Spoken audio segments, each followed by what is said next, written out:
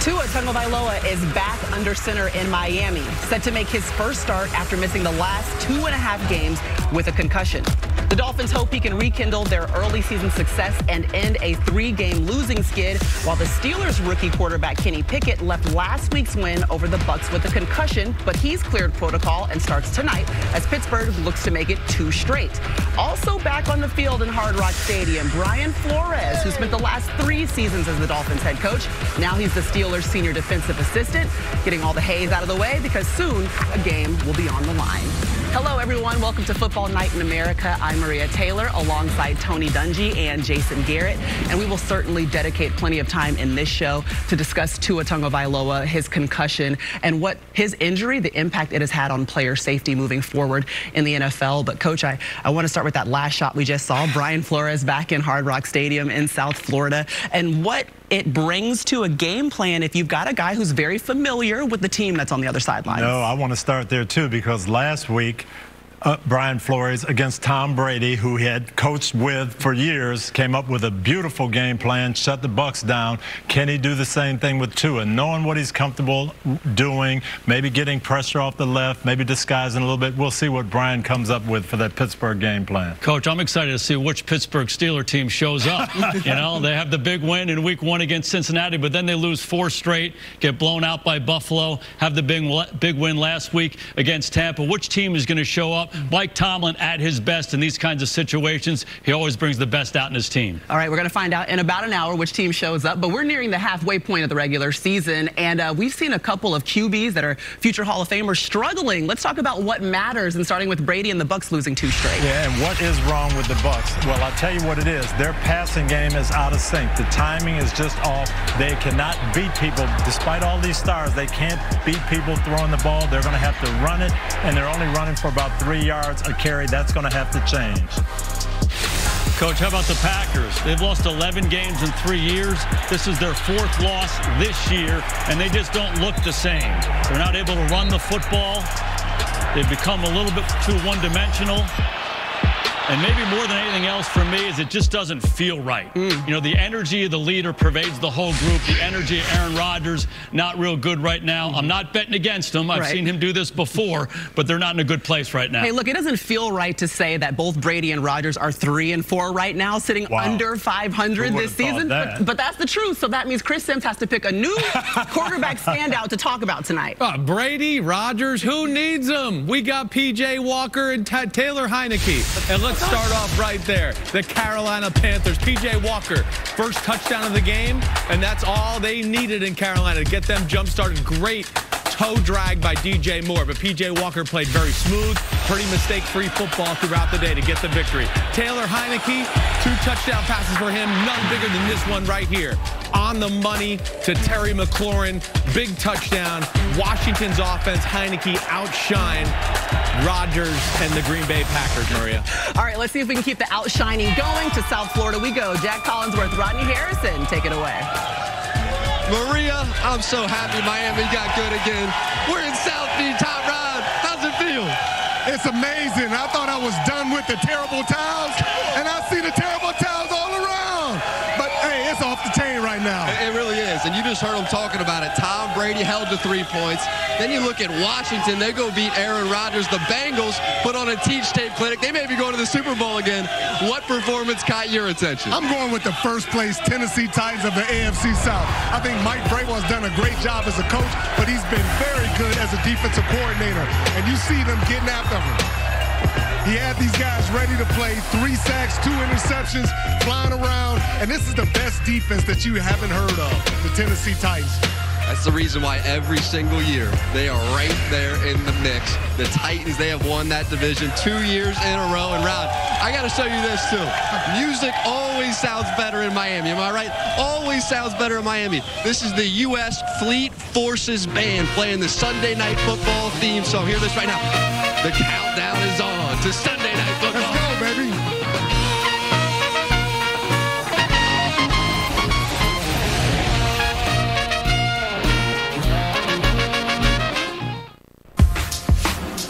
Tua Tagovailoa back on the field for a game tonight for the first time since he was stretchered off with a concussion in Cincinnati last month. Now, that's just over a week after that injury and as a result of a joint investigation by the NFL and NFL Players Association into the handling of Tua's injury in Week 3 against Buffalo. The concussion protocol has changed to add ataxia as a no-go symptom. That means if a player shows any gross motor instabilities, such as the inability to stand up or walk on his own, just like Tua did against the Bills, that player cannot return to the game. On Friday, I was in Miami with Tua to talk about the past month and his experience being the focal point of changes around the league. You've literally been the center of player safety and concussion protocol. I would like to know what it's like to live in that space, because you have to be waking up seeing videos over and over, being asked questions repeatedly. How does that feel? I do understand that with what had happened in Cincinnati, and then prior to that was Buffalo, you know, the incidents that occurred, and they were, you know, within a 4-day time span. You know, guys really were trying to find a way to help, I guess. I'm all for player safety, but when I hear guys saying, like, you know, oh, this is the Tua rule, or this is, you know, a rule because of Tua, you know, I don't want to be known as that. I just want to go out and do good things for my team, help my team win, do whatever I can to, you know, to help support the guys out there on the field, because, you know, we only have a short span of our prime time, if you will. When you think about some of the things that your parents said to you during that time, their biggest concern, I'm sure, is just the health of our son. Yeah, that was their biggest concern, you know, prior to the injury, and then things in the hospital, and then after that, and then going through the interview process, going to see second opinion doctors. But, you know, for me, I love football, you know. I just love it. I love the feeling that it brings. I love that football can help change people's lives. Really, I just missed it. Yeah, I just missed it. Missed playing. I love that you talked about the community kind of rallying around you, that, you know, kids in the neighborhood were bringing over cookies for you, and just describe what it's like to have the support. I mean, you're getting it from players, you're getting it from your community, but some of the things that stood out to you during that time off. Yeah, I thought it was really cool. I came home to, there were like big letters on my door. It said, "Get well soon, Tua." I thought it was really sweet. You know, there were kids that came to the door. They brought like posters and letters. And it's not just the kids and the parents and the families in our community. It was also kids from other areas of the country. Some people aren't even fans of the Dolphins, but just watching and showing how much they cared. It was awesome. How, if in any way, do you think what you've been through with your health concerns is going to affect how you play this game moving forward? You know, just thinking of the longevity of me playing, you know, get the ball out. If I'm getting sacked, just fall down. You know, don't try to be the superhero. And that's something that I would say has been wired in me to try to always make something happen. And, you know, sometimes the smartest play or the best play is just to throw the ball away and just punt the ball. 100%. Yeah. You know, guys, my takeaway from being with Tua is that he really does understand the severity of the injury that he sustained. He says he's learned a lot more about concussions from seeking out some of those second opinions, and that it really is going to impact the way that he plays this game moving forward, Coach. And I think that's something that we might be able to look at and see maybe even as soon as tonight. Yes, I'm curious to see how he does play, because he obviously is very thoughtful. He's concerned about his health. He knows he's got to be out there for his team. But he said it. I'm wired to be a superhero. I'm wired to make those plays. I know what I do best, extending plays. Is he going to be able to rein that in? We'll have to see, Jason. That was such a great piece and such a great peek at him and his mindset. The thing for me is it's a collaborative effort. As a coach, you have to think about this. In Miami, they have these speed guys. They can make these plays down the field. Make sure when you're throwing the ball down the field, you have enough protectors. If you're using 5-man protection and getting everybody out, the ball's got to come out quickly. You got to think about protection first with your quarterback, certainly in Tua's case, as they go forward. Yeah, and Tua said it too in that piece that, you know, he doesn't want it to be the Tua rule, or he doesn't want to be remembered for this, but the reality is this is a bookmark in the story that is player safety and changing the game for the better in the NFL. What, if anything, do you hope is taken away from Tua's situation, the injury that he sustained, and his process getting back onto the field as we move forward and improve the game? The game is as safe as it's ever been. The rules that have gone in place in recent years with protection, how you practice, how they call the game, all those things have been great for player safety. The concussion issue has been in the forefront for a long time, Coach, and I think the biggest thing is everyone has to follow the protocols. Get rid of your competitive juices. Think about player safety first. I do think the new protocol is going to help eliminate some of that subjectivity going forward. No, you're right, Jason. It's been 13 years since I've been in the game, but when I was coaching, we had this come in and we had different protocols come. We just have to follow them. That's the key. Yeah, and you're just so thankful for the players that they're being treated as people and they're getting even more of an understanding of what those injuries can do. Let's bring in Mike Florio of Pro Football Talk as well, because Mike, Kenny Pickett, he's also back just 1 week after suffering a concussion, but we know he's had to go through a certain process. Could you outline it and help us understand it a little bit better?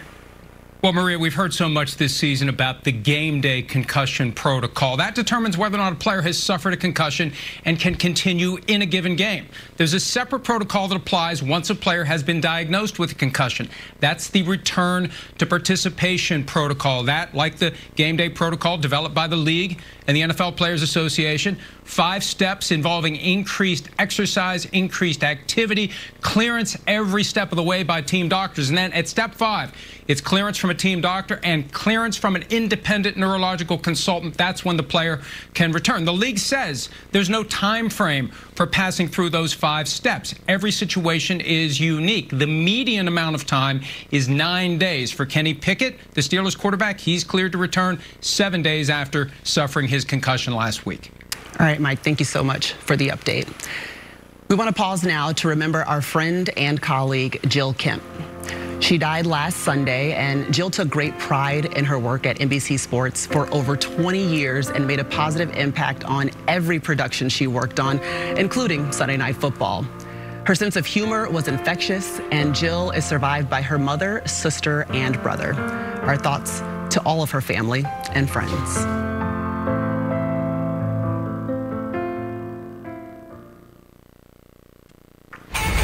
Let's get to the highlights. Colts taking on the Titans, and Tennessee looking to sweep the Colts this season. To the second quarter we go.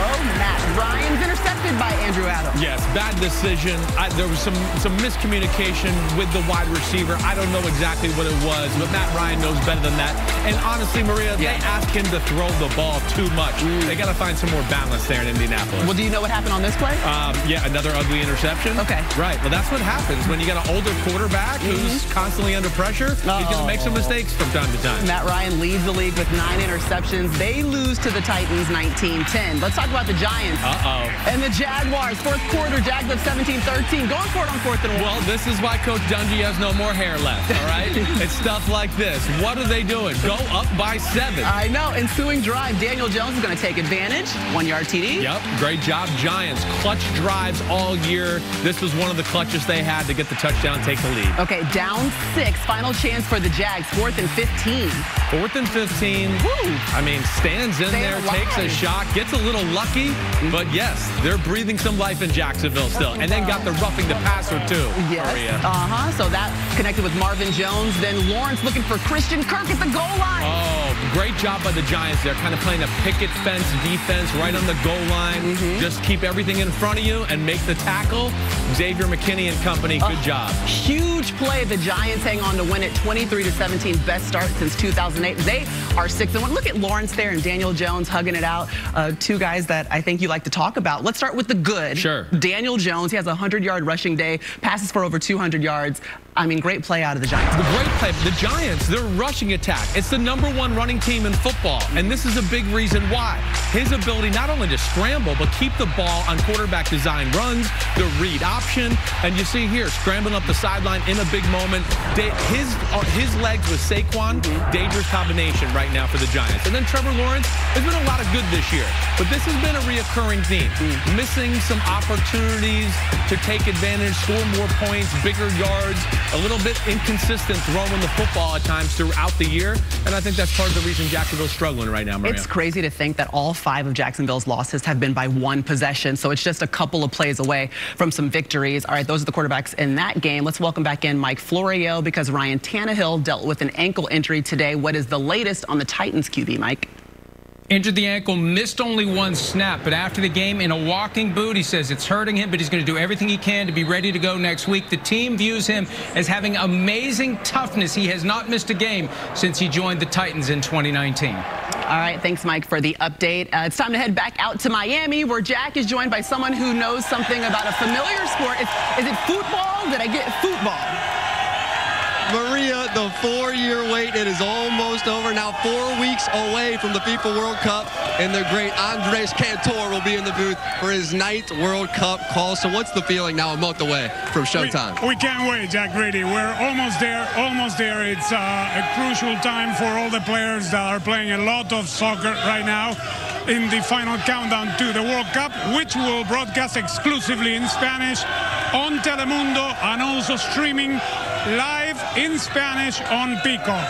So blend these 2 football worlds for me, if you will. You got a Super Bowl winning field goal. What player on Team USA do you want taking it? I'll probably give it to Gio Reyna. He has taken some very good free kicks for the U.S. men's national team. I would count on Gio to score that winning free kick or a field goal. And you showed up with this box. What do you got cooking over here? Yes, I got something for you. I got something for you. My man Cubs bearing gifts out here. Yes, of course. We brought you something from Telemundo with love here. The U.S.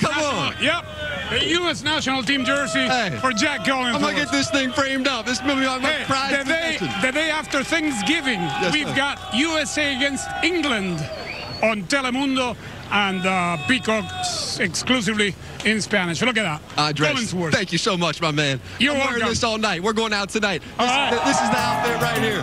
We're hanging out for Sunday Night Football in South Beach. The fans are wild. Andres is used to these types of crowds. Steelers, Fins, coming up.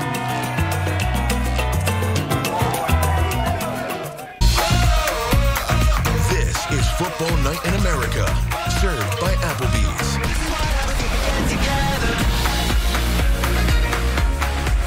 Well, Najee Harris named team captain of the Pittsburgh Steelers, just his 2nd year on the team. And Michael Smith, he had him on his debut episode of Gets It to learn about his relationship with head coach Mike Tomlin. How would you describe your relationship with Coach Tomlin? We got a good relationship, man. That's for surely one of the best coaches I've been around. Because I'm a hard dude to understand. I'm more of a self-centered guy. You know what I mean? I don't like a small circle, really closed off. Being around Mike T and some of the guys here, you know, it's kind of helped me get out my shell and to trust them more. Not that I didn't, but it's just like being more comfortable around them. You know what I mean? I could be myself. I see 22 and 23-year-old me in him and how he makes sense of it all. He wants to know how to become an effective leader. Number 22. What did that mean to you to be elected captain? It wasn't something that I was like really aiming for to do, but I knew that I needed to be somebody like that, to be a captain here. My teammates, they helped me out a lot more ways than they know. They're helping me mature more. He asked me really transparent questions. Hey, Coach, why you make that decision? Why did you ask? I just want to know as a leader, man, what are some of the things that lead you to decisions? How do you come to it? It helps me get behind it more. I got you, Coach. Your time is up. Mike T, and then he made a comment. Just be you, man. Like, that's all you got to do is just be you. It would all come. If you need help, I'll be here. And that's what I like, though. You know what I mean? I can grow myself. He's letting me grow. You're still growing. I'm still growing. As a leader. You may get it, but you're also still getting it. I'm still getting it, yeah. Rod, that's one of our favorites right there. Najee Harris. You catch that full interview on the NFL on NBC YouTube page. So, Rod, what do you think of the Steelers running back now in year 2? I just can't believe that a guy with that type of talent, he hasn't had 100 yards rushing this season. I look at the offensive line, and they got to play with more physicality. They got to play with more pride. And offense coordinator Matt Canada, he has to continue to feed him and get him the ball. Hey, and it's not the only thing running in Miami today. The great Dale Earnhardt Earnhardt Jr. just cruised over after the NASCAR race at Homestead. Highline, do you like racing? I know you're a racing fan. I do like racing, but I have a question. Yeah. Why do you little drivers always bumping into people, and then at the end of the race, you want to fight? I don't know, man. Why you not so violent? You get hot inside that car. You get hot and you get mad. Heat of the moment, man. Hey, walk us through this race today. What happened over there before you cruised over the football field? Kyle Larson put on a clinic. Won both stages, stage 1 and stage 2. Sat on the fence all day long, right around the high side of this racetrack, and really didn't let anyone else lead laps today. He dominated this race from start to finish. And Junior, I know Washington on the football side, you were over there working, but the Commanders. That's right. They had Aaron Rodgers and the Packers in town. Let's run this highlight. Get you caught up on your team right now. Walk through us with it. I did, man. How it went down. Go to the third quarter here. This is the play right here. This is what we want to see. Taylor, nobody says he's got a deep ball. Look at this. That's your boy? All the way to the third, Do you believe in him? Yes, I do. We watched him play last year. We know who he is. And then Aaron Rodgers, he struggled. 0 for on third down, 0 for on fourth down as well. No Devontae Adams. They're trying to figure out how to incorporate other guys. It's been a struggle. Put the game away right here, Junior. That's right. Got a great catch right there. That kind of kept the drive going late in the game. They were able to run out the clock with the lead. I mean, hey. Wait. How did you become a Commanders fan? Well, when I was a little man, we didn't have any teams in North Carolina. There weren't any Panthers, so there's a lot of Dallas fans, Atlanta fans. My mom lived in Norfolk. A lot of Washington fans up there. So that's how I got all kinds of helmets and jerseys when I was a little guy. Big Art Monk guy, Darryl Green, Art Monk. Those are my guys. You said my boy, Darryl Green, no doubt. Hey, one of my favorite people on planet Earth. Junior, thanks so much for stopping by. We'll send it back inside to the studio. I really want to keep Dale Jr. mic'd up. I wish he could do these highlights with us, too. I'd be okay with that. Yeah, maybe you can take go, Dale. Right. It's that southern accent. It's got me thinking about home. Thanks, guys. We're going to keep the highlights going, though. Jason, let's talk about the big play. Bengals actually had some big plays today. Explosive plays to the second quarter we go. Burrow finding his buddy, Jamar Chase. What a day by Joe Burrow. Don't leave this guy alone, Jamar Chase. And they did it often. They did it a lot. They're going to throw this go-around over the top. Nobody does it better than those two guys. Yes, 32-yard completion. That's good for a gritty. Burrow had 345 yards passing in the first half. So let's go to the second quarter. Burrow Chase again. Hey, Coach, when they play on top of him, he's going back shoulder. The key is you can't leave number 1 by himself. Play one-on-one against him. Not smart. 481 yards for Burrow. We'll come back to that game in a second. Tony, let's talk about the Ravens and the Browns. Justice Hill with the fumble. Ravens have blown big leads this year, and what is going on? We fumble. We're trying to ice the game. The ensuing drive, Jacoby Brissett deep to Donovan Peoples. And now we let somebody behind us? I know. This is what really drives Coach mad if you're in the screening room with them. Okay, later in the drive, though, the rookie, Cade York, from 60 yards, can tie it up. A sack and a questionable false start penalty on the earlier field goal. Yes, so the Ravens get the win. Barely. Tony, you kind of said they were lucky because all 3 of their losses have come in the fourth quarter. They've been complete breakdowns, and they've lost the lead, but they walk away with this victory against the Browns. They got the win today, but if I'm a Ravens fan or a coach, I'm still concerned because the same things that cost us before happened again. Fumbles in the last minute, breakdowns, deep passes.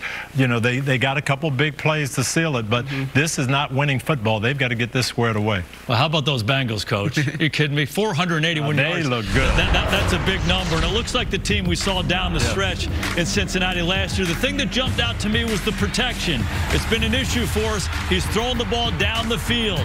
Tyler Boyd had a huge game for him. Chase had a big game for him.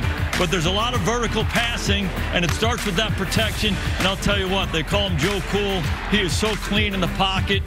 He's got a nice stroke. It's accurate. It's catchable balls. He throws with touch. He can drive it. They were fantastic. Early in the season, under duress, scrambling around, moving around. When he gets time and when he gets one-on-one looks, boy, they're dangerous. Yeah, when we looked at that halftime, the stats for halftime, I was like, well, that could be a complete game right there. He had already thrown 3 touchdowns, but that's the second most passing yards for Joe Burrow. He finishes with 481. Oh, Jalen Waddle. How many times do you think we're going to see him waddling in the end zone with Tua back out there slinging it to him? I know he's glad to see his buddy back. Football Night in America is brought to you by Applebee's. $1 for 5 boneless wings with any handcrafted burger.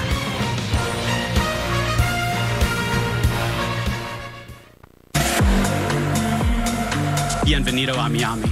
Oh, no. You ready? You're freezing me up. I don't know what to do. Talk is cheap.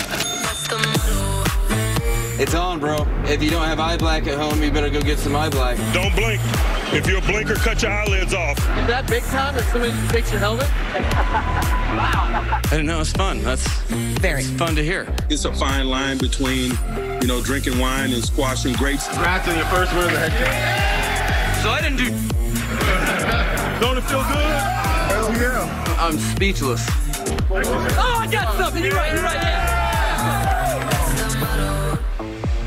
Couple of quotable head coaches. It was fun to meet with Mike Tomlin and Mike McDaniel in advance of Sunday Night Football here at Hard Rock Stadium in South Florida, where, of course, the weather's perfect unless there's a shower.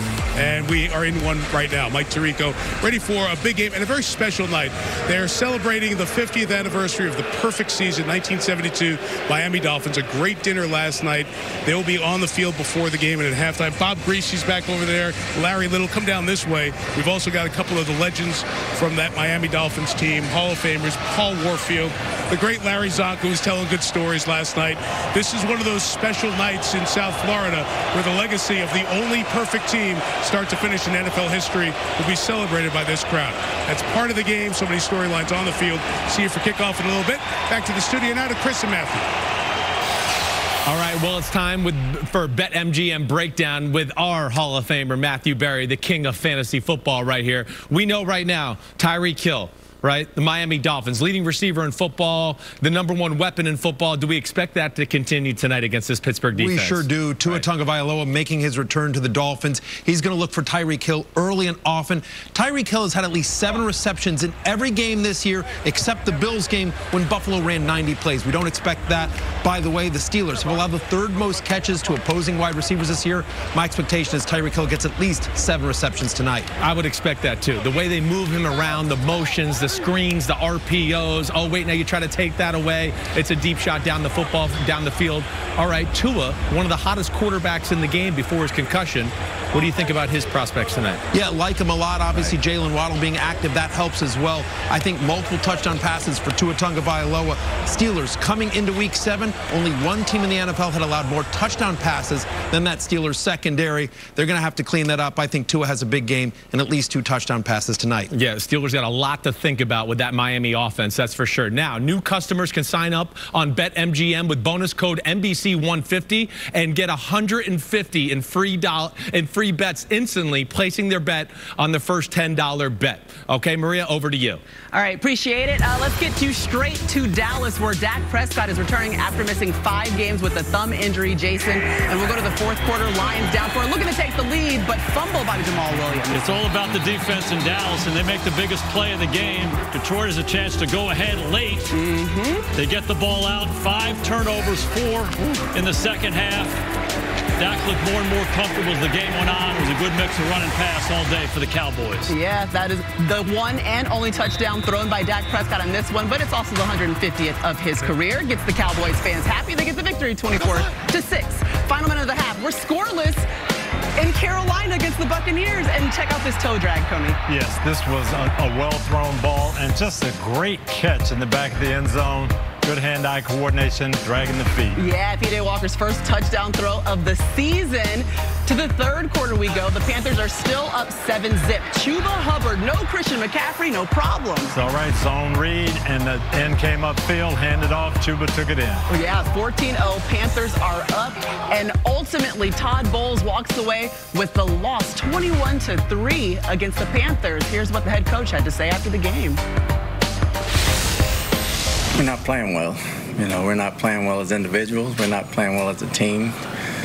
We're not coaching it well. All the way around.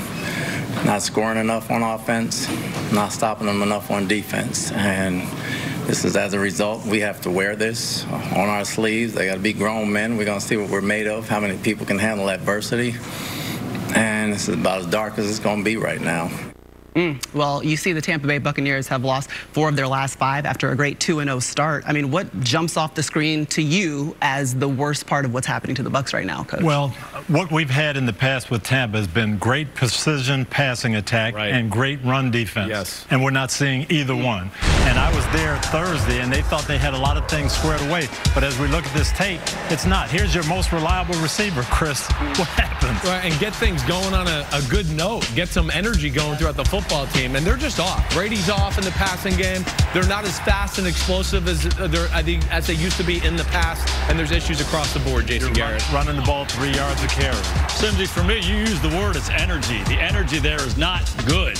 It doesn't look good. They have bad expressions on their faces. Sometimes execution and energy fit together, but sometimes it's energy first. Get your mind right, get your spirit right, and it shows up in your play. Yeah, it seemed like right after that miss, that Mike Evans could have changed the game. Yeah, it could have changed the entire game, and that mistake kind of set the tone. You're a good veteran team. One play can't put you in the tank like that. Right. Like Coach said, this defense was the most dominant thing we saw in football in the last 2 years, and they used to be able to protect the quarterback and strike downfield with big pass plays, and we're seeing none of that right now. Okay, so a third-string quarterback, an interim head coach, and a victory for the Carolina Panthers. It's time for a PFT update. Brought to you by Google Pixel. Mike Florio, you talked to the Panthers interim head coach Steve Wilks. What do you have to say after the win?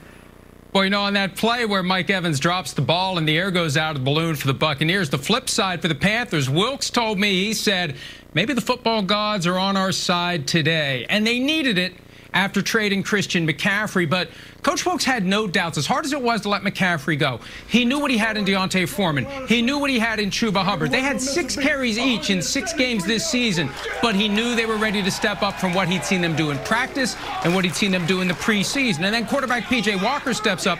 Wilks told me he can hold that job when the other quarterbacks are healthy.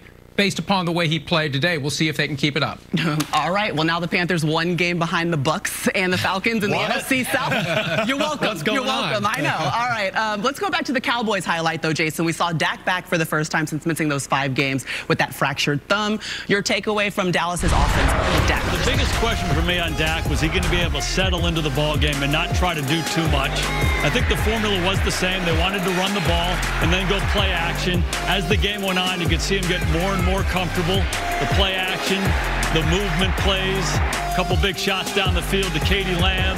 Good job in situational football coming out after the takeaway. And at the critical moments, he made a lot of big plays in the passing game for him at the end of the game to secure it for him. But I think you hit on the big thing. He didn't have to do too much. They continue to rely on that running game and their defense. Yeah, defense, run the ball, get some teams to play man-to-man, and trust me, Dak will hurt you with Michael Gallup, CeeDee Lamb, and Brown and company. Hey, you guys all asked the question, what does the offense look like when you take out Cooper Rush? They went 4-1. And do you change everything? Do you scrap it because of Dak? You guys saw what in this first Well, back? no, I think they saw they were going to stay the course, right? What we did with Cooper Rush, this is the football team we are. And now you're getting, I think, a little added incentive with Dak Prescott back. He's better than Cooper Rush. The best teams spread the burden around. Right. Okay, they're playing off their defense, running pass, working together, special teams showing up. If one guy doesn't have to shoulder the burden, you don't have to play out of whack. And that's what they're doing. They're blending all over the place. They're playing to the defense first and foremost. It was a good mix and good balance today. All right, so it's a win for Dak and Dallas. They're 5-1 over their last 6. Tyreek Hill, a.k.a. the Cheetah, all right, looking to run all over Hard Rock Stadium. We'll see if he has success against the Steelers D on Sunday Night Football.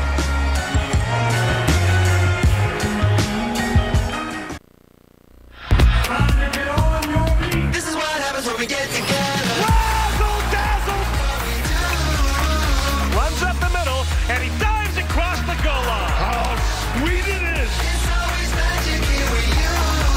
He is incredible on his feet. Touchdown! This is what happens when we get together. We got to work together, man. Touchdown, Pittsburgh. Let's take over the East. Unbelievable! Touchdown, Miami. This is Football Night in America, served by Applebee's. We get together. Earlier on the show, we heard from Tua about his concussion and how he's handled the past month. But before that injury, the Dolphins' third-year quarterback was on a roll, leading Miami to a 3-0 start and playing up to the expectations that were put on him when he was drafted 5th overall in 2020.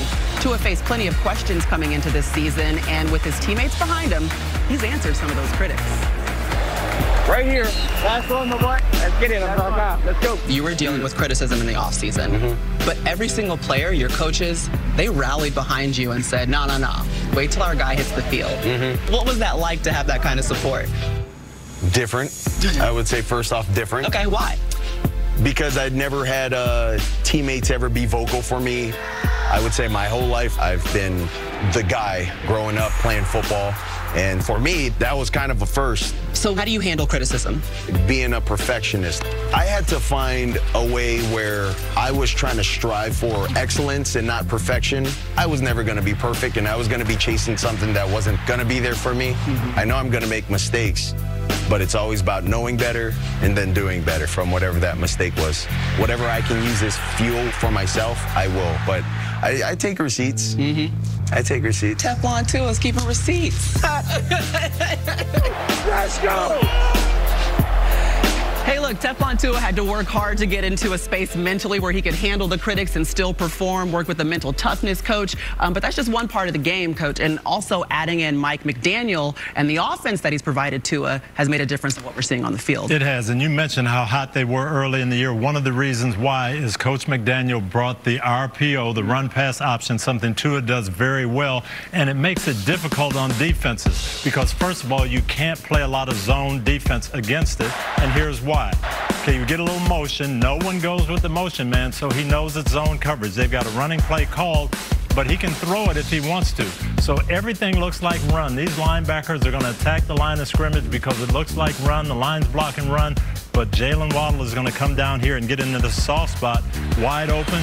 Tua reads it. Look how quick he gets rid of that ball. And this is tough, Jason. Coach, a lot of stuff for those linebackers to deal with. It's the ball fake. It's the tight end sliding back. You got the fast motion you got to deal with. They suck up to the line of scrimmage. Tua sees it right away. You can't just sit there and play zone against these guys. I know they have the issue with the speed outside. You can't play man. You can't play zone. You just got to mix it against them if you want to slow them down. As a defensive coordinator, now you're afraid to call zone coverages, Chris. And what does that do in this game? Well, right. And then you're, oh, no, we're playing man-to-man on Waddle and Tyreek Hill is an issue. But I think you guys said it right. They give you a lot to think about. It's the screens, the RPOs, the Shanahan run scheme gets people to creep up to the line of scrimmage. And then watch out. Tua's been throwing a nice deep ball all year long. Hey, look, you bring up the defensive coordinator, but what about that senior assistant, Brian Flores? A lot of familiarity with what the Dolphins can do on the field offensively. What does that bring? Well, last week he knew Tom Brady very well. And he said, we're not going to disguise. We're just going to line up, get pressure up the middle. What will he do knowing Tua? What do you think he'll do tonight? Again, I think it's got to be mixed. The difference with Miami that's interesting, Coach, is they have two guys with elite speed, two. A lot of teams have one. They got two. So you got to mix the coverage. You can't just play man-to-man coverage. You can't just play soft zone. That'll kill you. So if he mixes it up, brings a little pressure here and there, I think that's the most effective way to slow him down. I agree with Jason a lot. You gotta disguise. You can't let Mike McDaniel get in a groove as a play caller. One thing that they did great last week, the Pittsburgh defense, was they made it look like man, and then they played zone on Brady. And then they look like zone, and then all of a sudden it was man. If they can do that tonight, they can maybe slow down this group. All right, we're still waiting for our Sunday night game to happen, but we've got some other games that have gone final, so let's get us all caught up. We've got the Texans on the road taking on the Raiders. Josh Jacobs having himself a day, Coach. A lot of talk about Devontae Adams and what he was going to bring to the passing game, but Josh Jacobs has exploded these last couple of weeks. Very hard to handle in the run game. Yeah, 2019 first-round pick. It's in his contract year, 150 money. Right, okay. You got to make some money. 6 touchdowns in the last 3 games. They get the victory. Jets taking on the Broncos. Russell Wilson out with that hamstring injury. So it's Brett Rippon in at quarterback. Right. What's a defensive struggle type of football game? It really looked like who was going to make the first mistake was going to lose. And this was one of the first big mistakes of the football game. Set the Jets up for a chance to score. Yeah, in the fourth quarter, it's the last chance for Denver. And Rippon's pass, again, incomplete. Yeah, well, he's trying to make something happen, force the issue here, throws kind of a jump ball, incomplete pass. Jets, though, again, just tough, gritty win on the road like Green Bay last week. All right, we also saw Breece Hall, the running back, go down in this game in the first half. And ultimately, we heard from Robert Saleh. He said it's not looking good. Could potentially be an ACL, but still waiting on confirmation for that. And he's had such a great season. You hate to hear that. It's time now for our Sunday Night 7 featuring a $100,000 jackpot prize. Matthew, what are you expecting from Najee Harris tonight? Unfortunately, Maria, not much. Like, this is a run game that is struggling. struggle, especially Najee Harris, who's probably one of the biggest busts in fantasy football so far this year. He's been held to under 50 rushing yards in every game this year except for 2. Miami, by the way, allowing the 3rd fewest rushing yards to opposing running backs. So you look at sort of the slots there. I'm taking the 40 to 54 card there in this thing. Sunday Night 7 also asking me how many rushing touchdowns for Najee Harris. I'm going to pick 0. Since week 1, Harris has only 1 game with more than 2 red zone carries. After being so good last year, Harris has really struggled this year. I think he struggles again in a game in which the Steelers will be trailing the Dolphins, Maria. All right. Make your picks for free on the NBC Sports Predictor app. The question is, will Kenny Pickett be picking apart the Dolphins defense? Oh, well, we'll see. You'll have to tune in.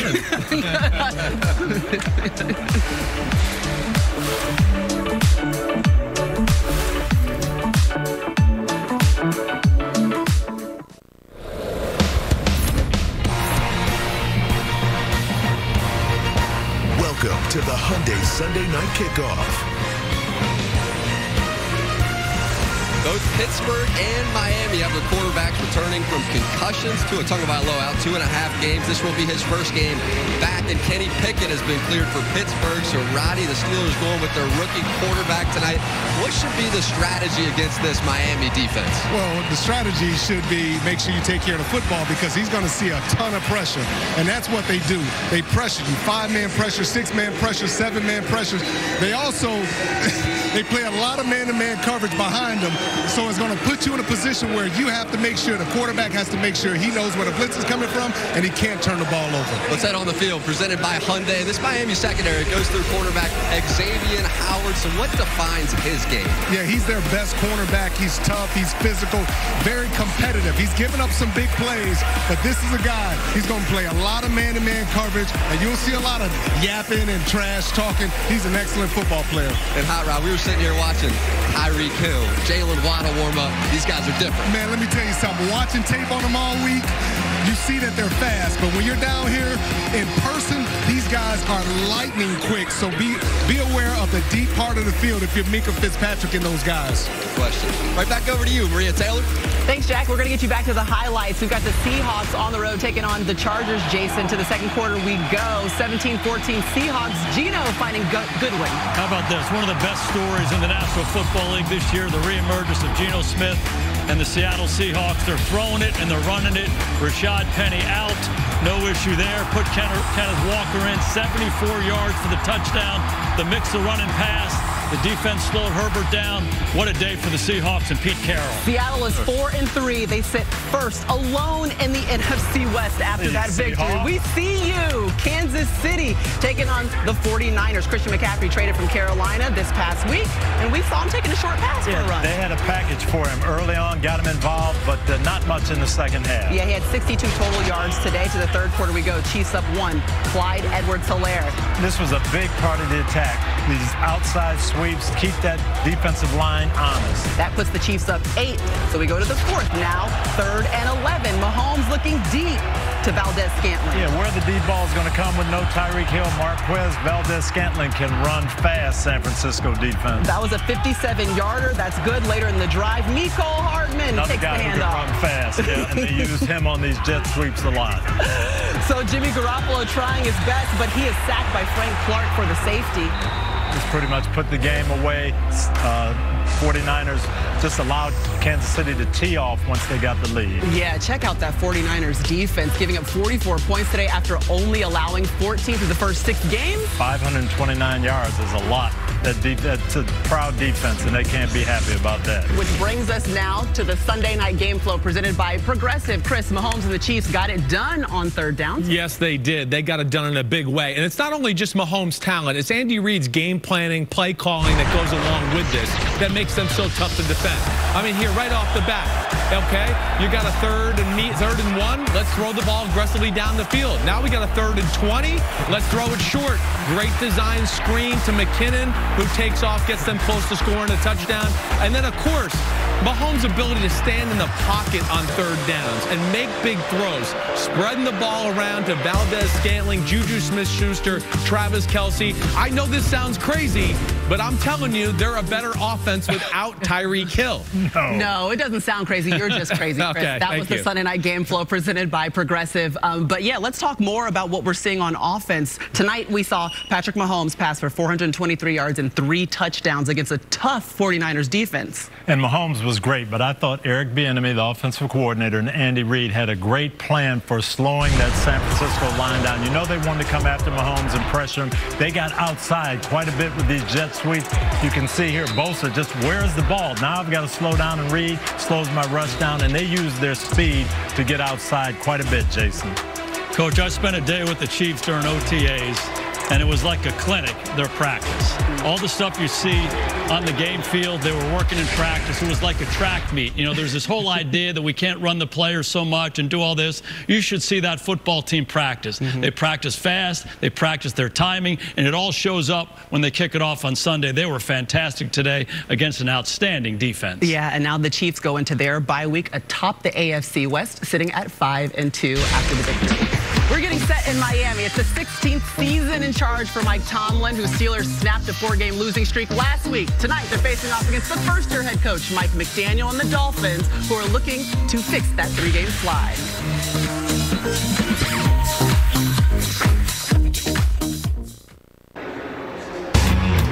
Tua Tagovailoa with his head coach Mike McDaniel breaking off to get a little good luck from the 1972 Dolphins. Remember, those guys are the only ones to hold the key and the lock to a perfect season. The only one in NFL history. Tua getting set to return to the field. Now we go back to the best of Week 7. And Jason, Tony, it's presented by Verizon. Let's start with the Bengals and the Falcons. Yes, the big plays are back for the Bengals. They're seeing more man coverage, and when they do, they know what to do. Throw it to Jamar. 481 yards for Joe Burrow, 3 passing touchdowns. No big deal. Big play Bengals are back. Ravens taking on the Browns. Ravens survive. Browns trying to steal one from the Ravens late. Questionable false start penalty. Malik Harrison blocks the kick. The Ravens survive. Tied for AFC North lead with Cincinnati. Now the Cowboys and Lions, Dak Prescott back. And I thought he played under control. Solid football. Good win for the Cowboys. Dallas improves to 5-2 in Dak's first start after missing the last 5 with that thumb injury. Commanders taking down the Packers. Green Bay went 0 on 3rd down and 0 on 4th down. It just didn't look like the same team. A big win for Ron Rivera and the Commanders. Next up, they get the 5-1 Bills on Sunday Night Football. Panthers taking down the Bucs. And it's going to be this type of day for the Bucs. Your most reliable receiver is wide open for a touchdown. Mike Evans dropped. You don't see that very often. Tampa Bay was held without a touchdown for the first time so far this season. And then the Chiefs running all over the 49ers in this one. How about Andrew Reid, Patrick Mahomes? San Francisco is one of the best defenses in the league. Give it to Hardman. Good things happen. And that was the best of Week 7, brought to you by Verizon. Now let's turn our focus back to our game tonight. Tua Tagovailoa is set to make his first start since we saw him carried off the field on a stretcher with a concussion on that Thursday night in Cincinnati back on September 29th. Now on Friday, I asked Tua how all he has been through and learned in the aftermath of his concussion will affect the way that he plays today. You know, just thinking of the longevity of me playing, you know, get the ball out. If I'm getting sacked, just fall down. You know, don't try to be a superhero. And that's something that I would say has been wired in me to try to always make something happen. And you know, sometimes the smartest play or the best play is just to throw the ball away and just punt the ball. 100%. Yeah.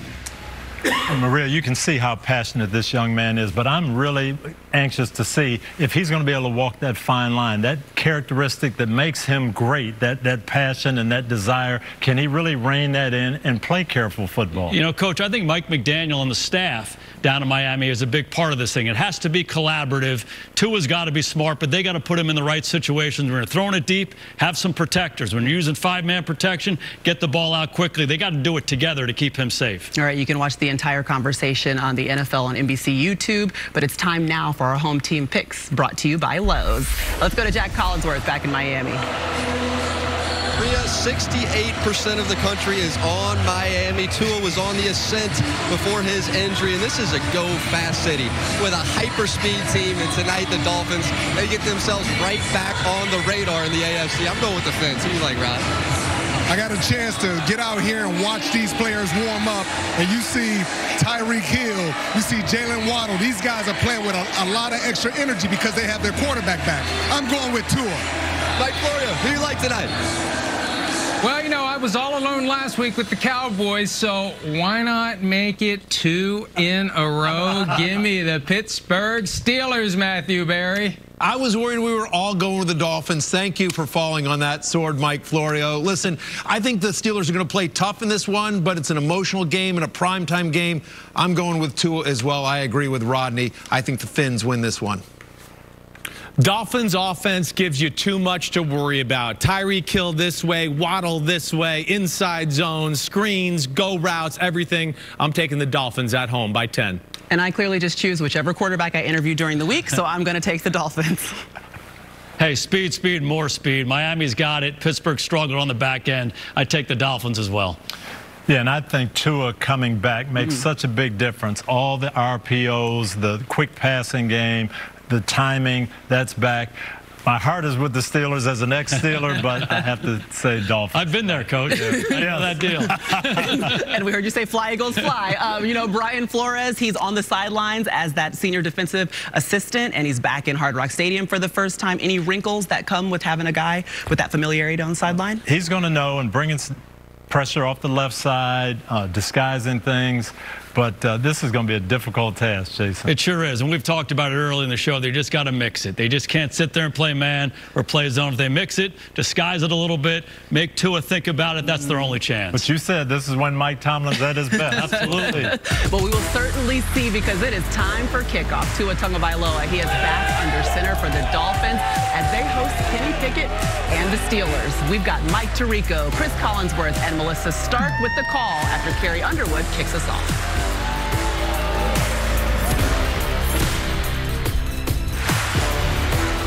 This has been the Hyundai Sunday Night Kickoff.